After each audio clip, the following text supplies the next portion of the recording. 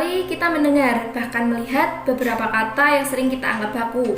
Misalnya azan, ambulan, esok, capek, ekstrim, elit, ekspor, duren, deterjen, diagnosa, dan masih banyak lagi.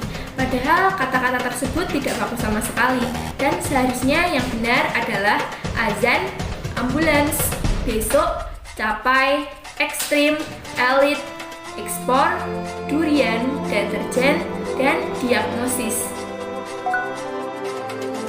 Dari contoh-contoh kata baku dan tidak baku di atas, kita pun harus mengetahui apa itu kata baku dan kata tidak baku.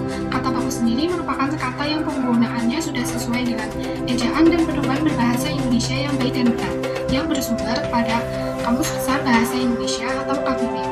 Selain itu, penggunaan kata baku dapat dilihat dari penggunaannya yang sudah sesuai dengan EYD atau ejaan yang disempurnakan, yang sekarang sudah berubah menjadi PWP, pedoman umum ejaan bahasa Indonesia. Penggunaan kata baku sendiri digunakan untuk pengungkapan yang bersifat resmi. Sebagai contohnya, naskah surat ataupun naskah pidato.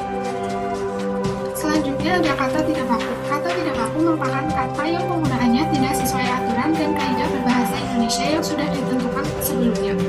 Kalimat tidak baku lebih sering digunakan dalam percakapan sehari-hari karena terkesan lebih santai dan tidak resmi atau tidak baku. Selain itu juga, kalimat tidak baku bisa digunakan dalam acara berdiskusi bersama teman atau keluarga.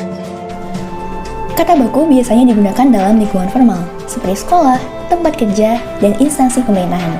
Sedangkan kata tidak baku biasanya kita gunakan dalam kegiatan sehari-hari, seperti berbicara dengan teman, bersosial media, dan sebagainya.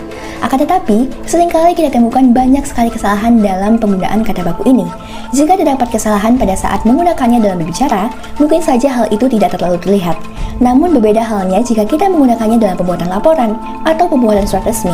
Hal itu pun dapat membawa dampak buruk, seperti dapat merusak citra seseorang dan juga dapat membuat seseorang terlihat sangat tidak sopan.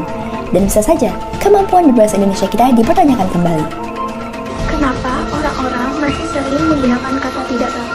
Seiring dengan perkembangan zaman, semakin terlihat jelas pengaruh yang diberikan oleh bahasa gaul terhadap bahasa Indonesia dalam penggunaan tata bahasanya. Penggunaan bahasa gaul yang semakin marak digunakan oleh masyarakat luas menimbulkan dampak negatif terhadap perkembangan bahasa Indonesia. Dan juga di Indonesia kita mempunyai berbagai bahasa daerah yang beragam, bahkan masih banyak yang menggunakan bahasa Indonesia hanya di acara atau tempat-tempat formal saja.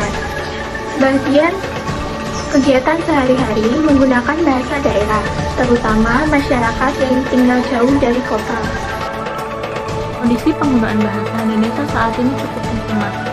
Hal itu tampak dalam penggunaan bahasa Indonesia pada papan-papan nama gedung atau bangunan, papan petunjuk, kain rentang, dan iklan di ruang publik yang nyaris tergeser oleh penggunaan bahasa asing. Kondisi tersebut menggambarkan bahwa bahasa Indonesia yang merupakan simbol kedaulatan dan jati diri bangsa belum sepenuhnya dimartabatkan di negeri sendiri. Atas dasar keprihatinan itu, Kepala Badan Pengembangan dan Pembinaan Bahasa, Kementerian Pendidikan dan Kebudayaan, Profesor Dr. Andes Dadang Sumendar, mengajak seluruh masyarakat di Indonesia beserta seluruh jajaran untuk mengatasi persoalan tersebut dengan mengutamakan penggunaan bahasa Indonesia.